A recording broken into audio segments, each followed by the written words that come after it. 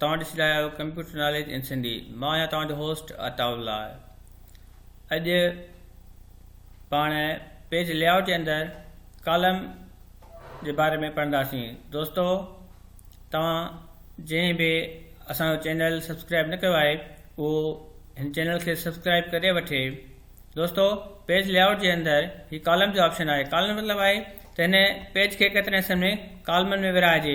जेकॾहिं असां ॿ कॉलम विराइणु चाहियूं था त 2 कॉलम्स ते क्लिक कंदासीं त हीउ ॾिसो दोस्तो त हिते कॉलम्स जे लाइ विच में ही लकीर अची वई आहे।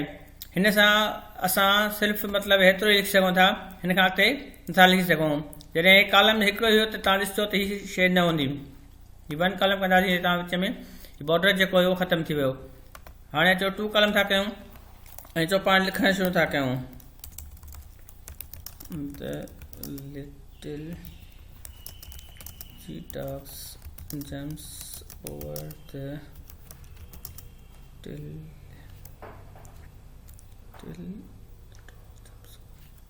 dog। चलो जी,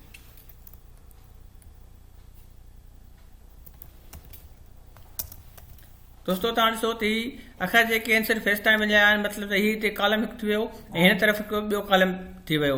पर जेकॾहिं असां चाहियूं त हिकिड़ो कॉलम हुजे मथां कुझु लाइनूं जेके आहिनि मथे लिखियूं वञनि ऐं उनखां पोइ जेको आहे कॉलम स्टार्ट थिए ऐं उन्हनि जे विच में लकीर हुजे, त ॾिसो दोस्तो इन लाइ असांखे कोशिशि तरीक़े सां कमु करणो पवंदो। हाणे असां हिते 4 लाइनूं लिखियूं आहिनि। 4 लाइन खां पोइ हेठि जेको असां कॉलम ठाहिणु चाहियूं उन लाइ असां कॉलम ते क्लिक करे मोर कॉलम ऑप्शन ते वञी करे हिते मिसाल 2 कॉलम्स था कयूं। ठीकु आहे, लाइन बिटवीन कॉलम, लाइन अचे कॉलमनि जे विच में। ऐं इन खां पोइ पुछे थो होल डॉक्यूमेंट या apply point forward. Apply point forward जो मतिलबु आहे त हितां खां स्टार्ट कजे जिथे असां हिन वक़्तु मौजूदु आहियूं। इन खां पोइ असां ओके कंदासीं त दोस्तो हितां खां असांजो कॉलम थी वियो। मथे जेके आहिनि असांजूं पूरियूं लाइनूं लिखियलु आहिनि। अचो त पाण इन ते अमल कमु कयूं। जॾहिं ॾिसो असां ॿी पेज ते अॻिले कॉलम ते हलिया आयासीं त असांजे विच में लकीर बि कॉलम जे विच में हीअ लकीर बि अची वई। दोस्तो, पाण अॼोके टॉपिक जे अंदरि कॉलम इंसर्ट करणु सिखियासीं।